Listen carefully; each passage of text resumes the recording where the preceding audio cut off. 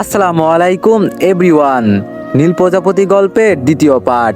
তো চলো বেশি কথা না কইয়া গল্প শুরু করা যাক। তারপর দিশা বলতে লাগলো, এতটা লিখতে পারবো না, ফোন দেন। আমি বললাম ওকে।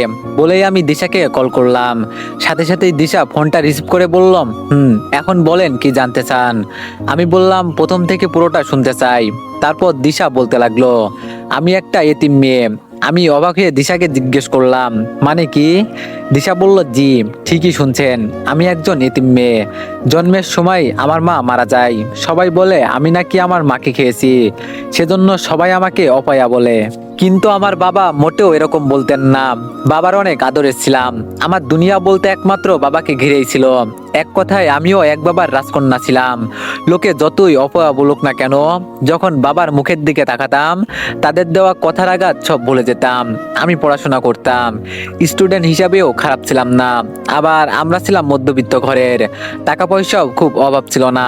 সব মিলিয়ে ভালোই দিন চলছিল। অভাব কি ছিল জানতাম না, কিন্তু লোকে ঠিক কথাই বলতো আমি একটা অপয়া। কিছুদিন পর বাবারও ক্যান্সার ধরা পড়লো।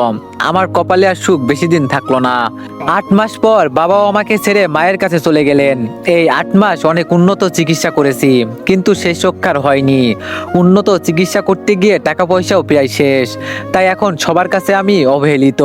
কথাই আছে, যার টাকা আছে যতক্ষণ তার আদরও আছে ততক্ষণ।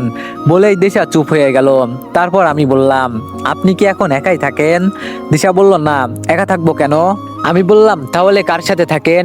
দিশা বলল, আমার বাবার ছোট ভাই মানে চাচ্চুর বাসায় থাকি, তবে এমনি এমনি না। আমি বললাম, তাহলে? দিশা বলল, কাজের লোক হিসেবে। আমি বললাম, মানে? দিশা বলল, প্রথম প্রথম আমাকে ভালোবাসলেও পরবর্তীতে আমার চাচির বুদ্ধিতে আমাকে দিয়ে বাসার সব কাজ করায়। সব কাজ করিয়েও এখন ঠিক মতো খাইতে দেয় না। একবেলা খাইলে 2 বেলা না খেয়ে থাকি। কাপড় দেওয়া তো দূরে থাক, ওনার একটা মেয়ে আছে, আমার চেয়ে 6 মাসের ছোট। তার যত পুরনো কাপড় আছে আমাকে সেগুলো পরতে দেয়, আর সেটা পরেই আমি ঈদের আনন্দ ভোগ করি। মাঝে মাঝে মনে হয় এই সুন্দর পৃথিবীটা আমার জন্য না।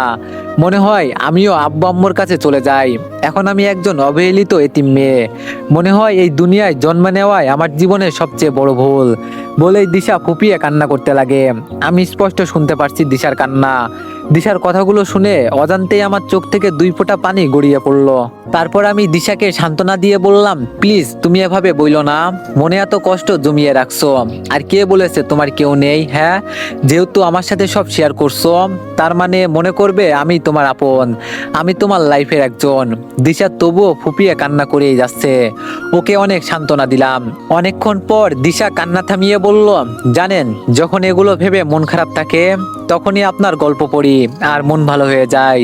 আপনি আমার মন ভালো হওয়ার কারণ, তাই তো আপনার সাথে কথা বলি। আমি অন্য ছেলেদের সাথে কখনো কথা বলিনি। আমি বললাম, আর বলতেও হবে না, আমি আছি না। যখনই মন খারাপ হবে তখনই ভাববেন তোমার কেউ একজন আছে। সরি আপনি। দিশা বলল, সমস্যা নেই, তুমি করে বলতে পারেন। আমি বললাম, তাহলে তুমিও বলো। দিশা বলল, আচ্ছা ঠিক আছে, চেষ্টা করব। দিশা কিছুক্ষণ চুপ থাকার পর বলল, তুমি আমার মন ভালো হওয়ার কারণ বলে সেই দিন সাহস করে তোমায় মেসেজ দিয়েছিলাম আর টাকা চাই। আমি বললাম, সেই দিনের জন্য আমি অনেক লজ্জিত, না জেনে অনেক কিছুই বলে ফেলছি, আমাকে তুমি ক্ষমা করে দিও। দিশা বলল, আরে সমস্যা নেই, এগুলো কথা চাচা চাচি চাচাতো বোনের কাছে শুনে শুনে অভ্যাস হয়ে গেছে, আমি কষ্ট পাইনি। আমি বললাম, দেখো আমারে কিন্তু ছোট করতেছো, সরি বলছি না আমি। দিশা বলল, আচ্ছা যাও, করব না। আমি বললাম, তো তুমি সেই দিন বলছিলে চুরির অপবাদে টাকা নিয়েছিলে, ব্যাপারটা বুঝলাম না। তারপর দিশা আবার বলল, আমাকে সকালে উঠেই থালা বাসন ধুতে হয়, তারপর ঘর ঝাড়ু দিয়ে মুছে পরিষ্কার করে দিতে হয়। তো প্রতিদিনের মতো সেই দিনও আমি ঘর ঝাড়ু দিয়ে মুছে পরিষ্কার করে দিয়েছিলাম। কিছুক্ষণ পর ফ্ল্যাশব্যাক। চাচি বলল, দিশা, এই ফকিন্নি হারামজাদি, বের হ তাড়াতাড়ি। চাচির চিৎকারে চাচা আর চাচাতো বোন রিয়া সহ আমিও বের হয়ে আসলাম। চাচি আমার দিকে চোখ বড় বড় করে তাকিয়ে আছে। আমি ভয়ে কাঁপতে লাগলাম। তখন চাচা চাচিকে বলল, চুপ করো না, ও হয়তো নেয়নি। চাচি বলল, তুমি চুপ করো, চোরকে সাপোর্ট করলে তোমারও খবর আছে। চাচা আর কিছু বলল না, চুপ করে রইল। তখন আমি বললাম, কি হয়েছে চাচি? চাচি বলল, কি হয়েছে বুঝতেছিস না হারামজাদি? দিশা বলল, সত্যি বুঝতেছি না, একটু খুলে বলবেন কি হয়েছে? চাচি বলল, আমাদের ঘর থেকে 10,000 টাকা কে নিয়েছে? দিশা বলল, বিশ্বাস করেন চাচি, আমি নিইনি, আমি তো দেখিইনি। বলার সাথে সাথে আচমকা চাচি আমার গালে 2টা থাপ্পড় মেরে দিল। থাপ্পড়টা অনেক জোরেই মারছে, তাই চোখ থেকে আপনা আপনি পানি ঝরতে লাগলো। চাচা কিছু বলতে চেয়েও চাচির ভয়ে বলতে পারলো না। তারপর চাচি আবার বলতে লাগলো, হারামজাদি, চুরি করিস, আবার মুখে মুখে মিথ্যা কথাও বলিস, চোরের মায়ের বড় গলা, তাই না? তোকে এখানে রাখতে দেওয়াই আমার ভুল। বল টাকা কোথায় আর কি করছিস? দিশা বলল, বিশ্বাস করো চাচি, আমি টাকা নিইনি। চাচি বলল, আবার মিথ্যা কথা বলিস, মেরে তোর মুখ ভেঙে দিব। দিশা বলল, চাচি আর যাই করো, চোরের অপবাদ দিও না। চাচি বলল, ভালোই ভালোই বল টাকা কোথায় রাখছিস? তুই তো আমাদের রুমে যাতায়াত করিস, তুই ছাড়া আর কেউ নেয়নি। চাচিকে অনেক বোঝালাম যে টাকা আমি নিইনি, কিন্তু সে কোনোভাবেই বুঝলো না, বরং আমাকে অনেকভাবে টর্চার করে অত্যাচার করে। সবশেষে আমাকে গরম খুন্তির ছেঁকাও দিয়েছে, পিঠে এখনো পোড়া দাগ আছে। বলেছে একদিনের মধ্যে টাকা না দিলে আরো বেশি করে খুন্তির ছেঁকা দিব। ফ্ল্যাশব্যাক শেষ। বর্তমানে দিশা বলল, তাই সেই দিন রাতে একরকম বাধ্য হয়ে তোমাকে মেসেজ দিয়ে ওইসব বলি। বলেই দিশা ফুপিয়ে কেঁদে ওঠে। ওকে কি বলে সান্ত্বনা দিব নিজেই বুঝতে পারছি না। একটা মেয়ে কিভাবে এতটা কষ্ট থেকেও হাসি মুখে সব মেনে নিতে পারে। তারপর আমি অনেক সান্ত্বনা দিয়ে দিশার কান্না থামালাম। তারপর কিছুক্ষণ পর আমি দিশাকে জিজ্ঞেস করলাম, আচ্ছা দিশা, তুমি পড়াশোনা করো না এখন?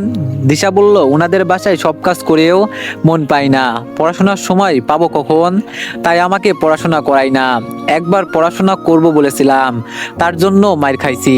আমি বললাম, এত কিছু সহ্য করে ওখানে থাকছো কেন? দিশা বলল, কি করব তাহলে তুমিই বলো। আমার এই দুনিয়াতে আপন বলতে কেউ নেই, আমি একটা অবহেলিত এতিম মেয়ে। এখানে বাসার সব কাজ আর মায়ের খেয়ে হলেও একবেলা খাবার আর পুরনো কাপড় তো পারছি। আমার মতো মেয়ের এটাই অনেক। আমি বললাম, দিশা তোমাকে একটা রিকোয়েস্ট করি। দিশা বলল, করো। আমি বললাম, আমি তোমার মতো এরকম ভাবে জীবনের সাথে লড়ে যাওয়া মানুষ কখনো দেখিনি, তাই আমি তোমাকে দেখতে চাই। দিশা বলল, কেমনে দেখবা? আমি বললাম, আমার ইনবক্সে তোমার একটা পিক দাও। দিশা বলল, পসিবল না। আমি বললাম, কেন? দিশা বলল, কারণ আমার বড় ফোন নেই, বাটন ফোন ব্যবহার করছি। আমি বললাম, তাহলে ফেসবুক চালাও কেমনে? দিশা বলল, বাটন ফোনেও ফেসবুক চালানো যায়, সেজন্যই তো রিপ্লাই করতে দেরি হয়। আমি বললাম, বুঝলাম। দিশা বলল, আচ্ছা শোনো, আজকে তো অনেক কথা বললাম, এখন রাখছি, পরে আবার কখনো কথা বলবো। আমি বললাম, আচ্ছা ঠিক আছে, তুমি সাবধানে থেকো, ভালো থেকো। দিশা বলল, আর তুমিও। আমি বললাম, আল্লাহ হাফেজ। দিশা বলল, আল্লাহ হাফেজ। তারপর আমি ফোন রেখে ঘুমিয়ে পড়লাম। সন্ধ্যায় আম্মু ডাক দিল। আম্মু বলল, রাকিব, ইফতারের সময় হয়ে গেছে। ঘড়ির দিকে তাকিয়ে দেখি 5টা 50 বাজে, 12 মিনিট পর ইফতার। তাই ওয়াশরুম থেকে ফ্রেশ হয়ে উজু করে আসলাম। নিচে গিয়ে দেখি আম্মু আমার পছন্দের অনেক খাবার রান্না করেছে, সাথে আমার পছন্দের চিকেন বিরিয়ানি। ইফতার মুখের সামনে নিয়ে বসে আছি। আম্মু বলল, এই সময় ইফতার মুখের সামনে নিয়ে আল্লাহর কাছে দোয়া করলে আল্লাহ সব মনের ইচ্ছা পূরণ করেন। রাকিব, তুই তোর মনের ইচ্ছা আল্লাহর কাছে চেয়ে নে। আমি বললাম, ঠিক আছে আম্মু। তারপর আমি আমার কয়েকটা মনের কামনা আল্লাহর কাছে চেয়ে নিলাম। কিছুক্ষণ পর আজান হয়ে গেল, আর আমরাও সবাই একসাথে ইফতার করে নিলাম। পরিবারের সবাই একসাথে বসে ইফতার করার মজাই আলাদা, এক অন্যরকম শান্তি লাগছে। যাই হোক, ইফতার সেরে আমি আর আব্বু মসজিদে মাগরিবের নামাজ আদায় করতে গেলাম। নামাজ আদায় করে এসে রুমে কিছুক্ষণ গল্প লিখলাম।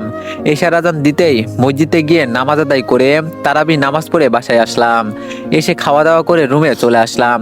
রুমে এসে শুয়ে অনলাইনে চলে আসলাম। দেখি দিশা অফলাইন, তাই একটু মন খারাপ করে ফেসবুকে নিউজ ফিড স্ক্রল করতে লাগলাম।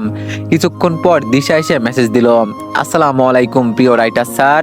আমি বললাম, ওয়ালাইকুম আসসালাম ম্যাম। দিশা বলল, কি করো? নামাজ পড়ছো? খাবার খাইছো? আমি বললাম, রুমে আসলাম, নামাজ পড়ছি, খাইছি। আজকে আম্মু আমার জন্য মজার চিকেন বিরিয়ানি রান্না করছে। দিশা বলল, বাহ। আমি বললাম, তুমি কি খাইছো? দিশা বলল, আমি এখনো খাইনি। আমি বললাম, কেন? দিশা বলল, চাচা চাচি আর রিয়া খাচ্ছে। আমি বললাম, তো তুমিও খাও।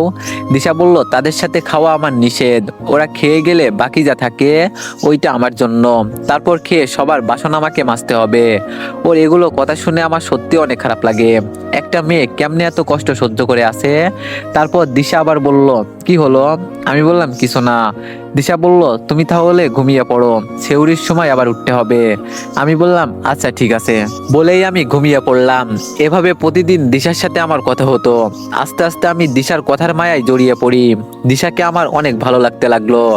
আস্তে আস্তে আমি দিশাকে না দেখেই ভালোবেসে ফেললাম। দিশাকে প্রপোজ করার আগে আমার বন্ধুকে জানানো দরকার, তাই মেহেদিকে ফোন দিলাম। মেহেদি বলল হ্যালো বল, তোর তো কোনো খবরই নেই, কেমন আছিস? আমি বললাম আলহামদুলিল্লাহ ভালো, তুই? মেহেদি বলল আলহামদুলিল্লাহ ভালো। আমি বললাম তোকে একটা কথা বলার জন্য ফোন দিয়েছি। মেহেদি বলল বল। তারপর আমি আর দিশার ব্যাপারটা খুলে বললাম। সব শুনে মেহেদি অবাক হলো আর বলল কি বলিস সেইগুলো, না দেখে কি ভালোবাসা যায়? আমি বললাম অবশ্যই যাই, আমি ওকে প্রপোজ করতে যাচ্ছি। মেহেদি বলল দোস্ত তুই এই ভুল করিস না, পরে পস্তাবি কিন্তু। আমি বললাম চুপ শালা, আগের বারও তো বলছিলি ও ধোঁকাবাজ, কিন্তু শেষে আমার কথাই সত্যি হলো। মেহেদি বলল এটা ভালোবাসা মানলাম, কিন্তু তুই ভুল করিস না। আমি বললাম এবারও আমার মন বলছে আমি ঠকবো না, রাখছি আমি। মেহেদি বলল রাকিব শোন। আর কিছু না শুনেই আমি মেহেদির কল কেটে দিলাম। আমার নিজের প্রতি বিশ্বাস আছে, এবারও দিশা আমাকে ঠকাবে না। একদিন দিশার সাথে কথা বলার সময় আমি দিশাকে বললাম দিশা একটা কথা বলতাম। দিশা বলল একটা কেন, হাজারটা বলো, আমি শুধু তোমার কথাই শুনতে চাই। আমি বললাম কিন্তু কিভাবে যে বলবো বুঝতেছি না। দিশা বলল আরে বলো তো। আমি বললাম দিশা তোমার আইডির নাম তো নীল প্রজাপতি, কিন্তু আমি তোমাকে আমার নীল প্রজাপতি বানাতে চাই, তুমি কি আমার নীল প্রজাপতি হবে? দিশা বলল মানে? আমি বললাম আই লাভ ইউ। দিশা বলল কি বলো রাকিব, বুঝতেছি না। আমি বললাম মানে আমি তোমাকে ভালোবাসি। এইদিকে দিশা হতবাক হয়ে হা হয়ে আছে, তার নিজের চোখে সে বিশ্বাস করাতে পারছে না একজন রাইটার তাকে প্রপোজ করছে। দিশার উত্তর না পেয়ে আমি আবার বললাম কি হলো, চুপ করে আছো যে? দিশা বলল আমি কি বলবো বুঝতেছি না রাকিব। আমি বললাম তোমার যা ইচ্ছা বলো, চাইলে বকাও দিতে পারো প্লিজ, কিন্তু আমার সাথে কথা বলা বন্ধ করো না, আমি তোমার মায়ায় জড়িয়ে পড়ছি। দিশা বলল কি বলো, সত্যি আমি বুঝতেছি না। আমি বললাম দেখো তোমার জন্য আমি অনেকটা শুধরে যাচ্ছি, প্লিজ, আমি কখনো এভাবে রিকোয়েস্ট করিনি। দিশা বলল আমি পরে বলি। আমি বললাম ঠিক আছে, আজ বলতে হবে না, তুমি সময় নাও, ভেবে চিনতে বইলো। দিশা বলল ঠিক আছে। আমি বললাম আজ রাখছি তাহলে। দিশা বলল ওকে, বলেই ফোনটা কেটে দিলাম। তার কিছুক্ষণ পর ইফতার সেরে রুমে কিছুক্ষণ রেস্ট নিলাম। মনে একটাই চিন্তা, দিশা কি আমার প্রপোজালে রাজি হবে? যাই হোক, আজান দিতেই নামাজ পড়তে গেলাম। ঈশান নামাজ সহ তারাবির নামাজ পড়ে রাতের খাবার খেয়ে নিলাম। খেয়ে রুমে এসেই দিলাম এক ঘুম। ঘুম ভাঙলো দিশার ফোন পেয়ে। ঘুম ঘুম চোখেই ফোন রিসিভ করতেই ওপাশ থেকে বলে উঠলো আসসালামু আলাইকুম। আমি ঘুম ঘুম নিয়েই বলতে লাগলাম ওয়ালাইকুম আসসালাম, কে বলছেন? দিশা বলল আরে গাধা আমি দিশা, ওঠো বলছি, সেউরির সময় হয়ে গেছে, রোজা রাখবা না? আমি বললাম ও সরি, বুঝতে পারিনি, ধন্যবাদ উঠিয়ে দেওয়ার জন্য। দিশা বলল উঠে ফ্রেশ হয়ে নাও, সেউরি খেয়ে আমাকে নক দিও। আমি বললাম ওকে, বলেই ফোনটা রেখে দিলাম। ফ্রেশ হয়ে নিচে যেতেই আম্মু বলে উঠলো কিরে আজকে তো আমি ডাক দিই নাই, উঠলি কেমনে? আমি বললাম ও তুমি বুঝবে না। আম্মু বলল বল মেয়েটাকে। আমি অবাক হয়ে বললাম কিসের মেয়ে আম্মু? আম্মু বলল যে তোর মতো বাদরকে ঠিক করছে, আগে তো নামাজ পড়তেও যাইতি না, এখন ওর কথাই যাস, আবার ঘুম থেকেও ডেকে তোলে। আমি বললাম আম্মু কি বলে এইসব, আমি এমনিই ভালো, তুমি আমাকে চিনলে না। আম্মু বলল থাক, আমাকে বোঝাতে আসিস না, আমি তোর মা, ওই বয়স আমিও পার করে এসেছি, এখন বল মেয়েটাকে। আমি বললাম দিশা। আম্মু বলল বাহ সুন্দর নাম, তা দেখতে কেমন, তোর কাছে কোনো পিক আছে, আমাকে দেখা। আমি বললাম পিক নেই। আম্মু বলল মানে? আমি দিশাকে এখনো দেখিনি। আম্মু অবাক হয়ে বলল দেখিসনি মানে, না দেখেই ভালোবাসা? আমি বললাম না দেখেই ওকে ভালোবেসে ফেলেছি, বিশ্বাস করো আম্মু, ও অনেক ভালো মেয়ে। আম্মু বলল তুই কিভাবে বুঝলি, তুই তো ওকে দেখিসনি। তারপর আমাদের মধ্যে ঘটে যাওয়া সমস্ত ঘটনা আম্মুকে খুলে বললাম। সব শুনে আম্মু বলল মেয়েটির জন্য সত্যি অনেক খারাপ লাগছে, তুই অনেক ভালো কাজ করেছিস, সত্যি মেয়েটি ওই বাড়িতে অনেক অবহেলিত। আমি বললাম আম্মু বলল তা ও যে তোকে ভালোবাসে সেটা তো কেউ বলছে? আমি বললাম না আম্মু, আমি ওকে প্রপোজ করেছি, ও সময় নিয়েছে আমার থেকে। আম্মু বলল আমি তোদের জন্য দোয়া করি। আমি বললাম থ্যাংক ইউ আম্মু, লাভ ইউ। আম্মু বলল লাভ ইউ টু সোনা, এখন আয় সেউরিটা করে নে। আমি বললাম ঠিক আছে। তারপর আমরা সবাই মিলে সেউরিটা করে নিলাম। সেউরি করে রুমে আসতেই মনে পড়লো দিশা এসএমএস দিতে বলেছিল, তাই তাড়াতাড়ি করে অনলাইনে গেলাম আর দিশাকে এসএমএস দিলাম। আমি বললাম আসসালামু আলাইকুম। দিশা বলল ওয়ালাইকুম আসসালাম, খাওয়া শেষ? আমি বললাম হ্যাঁ শেষ, তুমি খাইছো? দিশা বলল না, ওরা খাচ্ছে। আমি বললাম দিশা। দিশা বলল বলো। আমি বললাম আমার কথা কি ভাবলে? দিশা বলল কোন কথা? আমি বললাম আমার প্রপোজালের কথা। দিশা বলল ভেবেছি। আমি বললাম তাহলে তোমার উত্তরটা কি? দিশা বলল দেখো রাকিব, আমি চাই না আমার জন্য তোমার জীবনটা নষ্ট হয়ে যাক, তুমি তো সবকিছুই জানো। কিছুক্ষণ চুপ থেকে রিপ্লাই দিলাম, আমি তোমার সবকিছু জানার পরেও আমি তোমাকে ভালোবাসি, অনেক ভালোবাসি, প্লিজ তুমি আমাকে এভাবে ফিরিয়ে দিও না। দিশা বলল এই তুমি কি পাগল নাকি? হ্যাঁ, সবকিছু জেনে কেন পাগলামি করছো? আমি বললাম আমি তোমার সাথে সারা জীবন থাকার জন্য পাগল, তোমার ভালোবাসার জন্য আমি পাগল।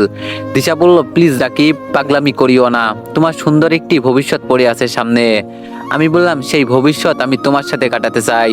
দিশা বলল আমি কখনোই তোমার সুন্দর জীবনটা নষ্ট করতে পারবো না, আমি এতিম মেয়ে, তুমি কোথায় আর আমি বা কোথায়? তোমাকে কল্পনা করাও আমার জন্য অনেক।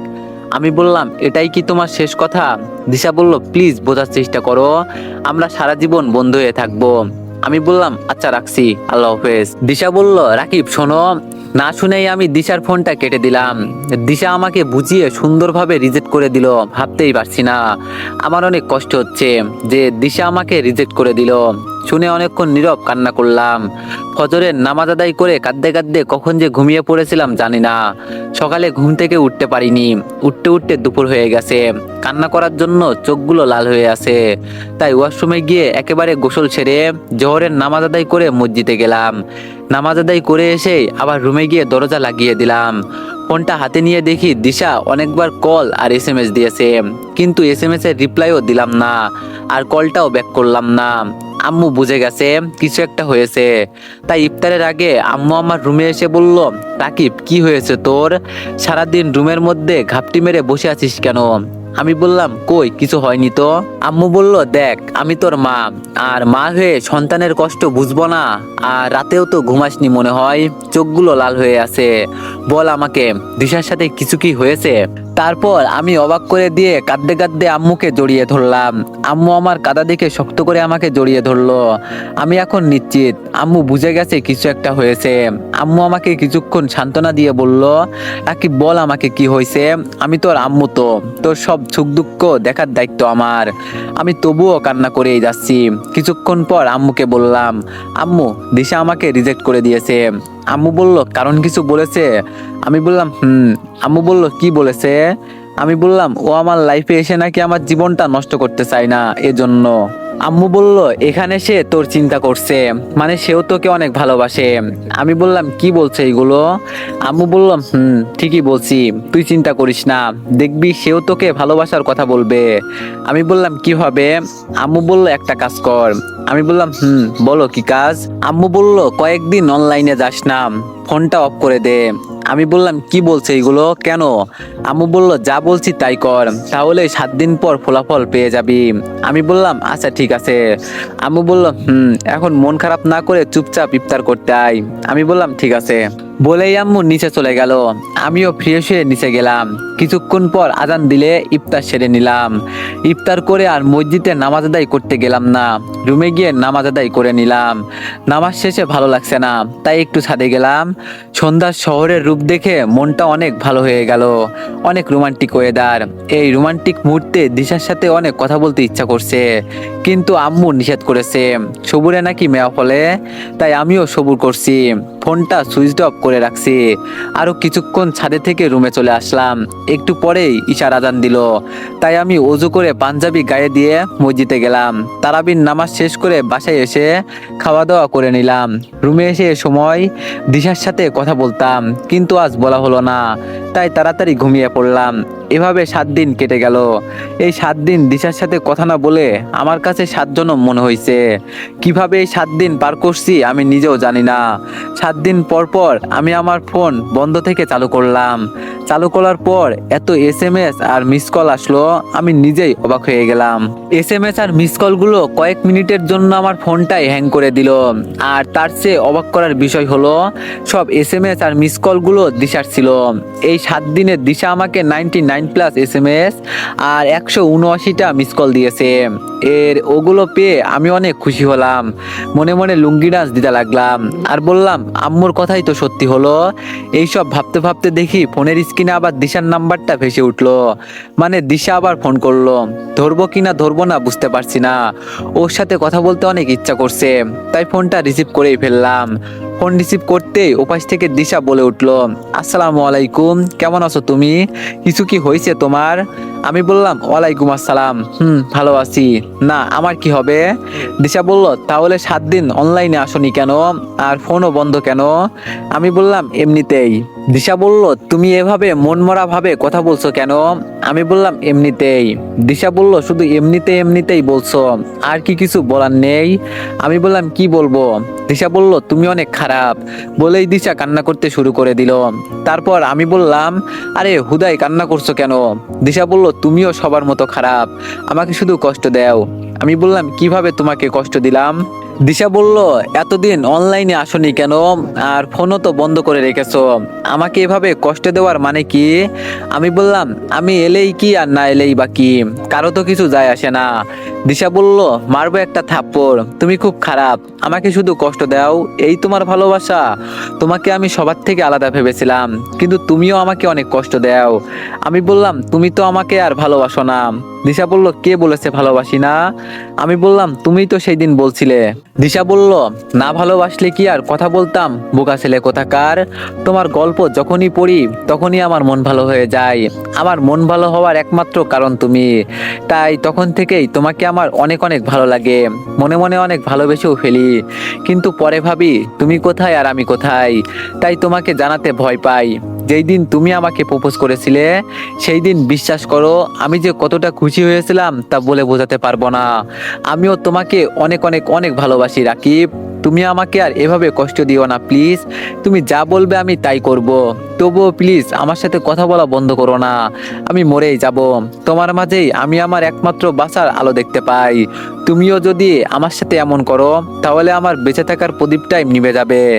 বলেই দিশা ফুপিয়ে কান্না করতে শুরু করে দিল। দিশার কথাগুলো শুনে লুঙ্গি ডান্স দিতে ইচ্ছে করলো। মনে মনে আম্মুকে ধন্যবাদ দিলাম, আম্মুর ওষুধ কাজে দিয়েছে। তারপর কোনো রকম নিজেকে সামলিয়ে দিশাকে বললাম, আমাকে তুমি মাফ করে দাও।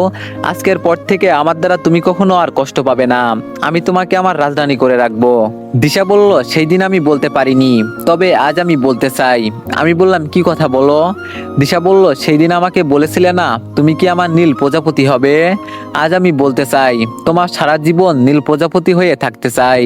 তুমি কি আমার সারা জীবনের জন্য তোমার মায়াজালে বন্দি করে রাখবা? আমি বললাম, আমি তোমাকে সারা জীবন আমার নীল প্রজাপতি করে রাখতে চাই। এভাবে দিশার সাথে অনেকক্ষণ কথা বললাম। আজকে আমি অনেক খুশি।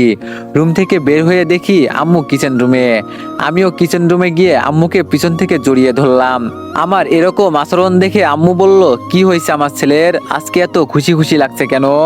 আমি বললাম, আজকে আমি অনেক অনেক খুশি। আম্মু বলল, তো খুশি হওয়ার কারণ কি? আমি বললাম, কারণ তোমার ওষুধ কাজে দিয়েছে। আম্মু বলল, মানে? আমি বললাম, মানে দিশাও আমাকে অনেক ভালোবাসে। আম্মু বলল, কবে বলল? আমি বললাম, আজকে একটু আগে। থ্যাংক ইউ আম্মু, আমি অনেক খুশি। তুমি খুশি হওনি? আম্মু বলল, তোর খুশিতেই তো আমাদের খুশি। আমি বললাম, আম্মু তুমি এমন কেন? আম্মু বলল, সেটা তুই এখন বুঝবি না, তুই আগে সন্তানের বাবা হ, তখন বুঝবি। আমি আর বেশি কথা না বলে আমি আমার রুমে চলে আসলাম। এভাবে দিশার প্রেম, আব্বা আম্মুর ভালোবাসা আর রহমতের রোজার মধ্যে আরো বেশ কিছুদিন কেটে গেল। 4 দিন পর ঈদ উল ফিতর। দিশাকে আমি কখনো দেখিনি, কিন্তু ঈদ উপলক্ষে দিশার জন্য একটা উপহার কিনেছি, আর সেটা হলো শাড়ি। কিন্তু দিশার সাথে 2 দিন হলো কথা হয়নি, আমার ফোনটাও ধরছে না, কেন জানি না। দিশা আর আমার লং ডিস্টেন্স রিলেশনশিপ। মানে আমার বাসা বগুড়া আর দিশার বাসা চট্টগ্রাম। এইসব ভাবতে ভাবতে দিশাই ফোন দিয়ে ফেললো। আমি সাথে সাথে রিসিভ করে বললাম, আসসালামু আলাইকুম। দিশা বলল, ওয়ালাইকুম আসসালাম, কেমন আছো তুমি? আমি বললাম, আলহামদুলিল্লাহ ভালো, তুমি কেমন আছো? দিশা বলল, ভালো। আমি বললাম, কিন্তু তোমার কথা শুনে তো মনে হচ্ছে না তুমি ভালো আছো। দিশা বলল, তেমন কিছু না। আমি বললাম, বলো কি হয়েছে? দিশা আর কিছু না বলে কান্না করতে লাগলো। আমি তখনই বুঝে গেলাম কিছু একটা হয়েছে। তখন আমি বললাম, দিশা কি হয়েছে বলো আমাকে, না হলে আমি কি করব নিজেও জানি না। তারপর দিশা যা বলল তা শুনে আমার মেজাজটাই গরম হয়ে গেল।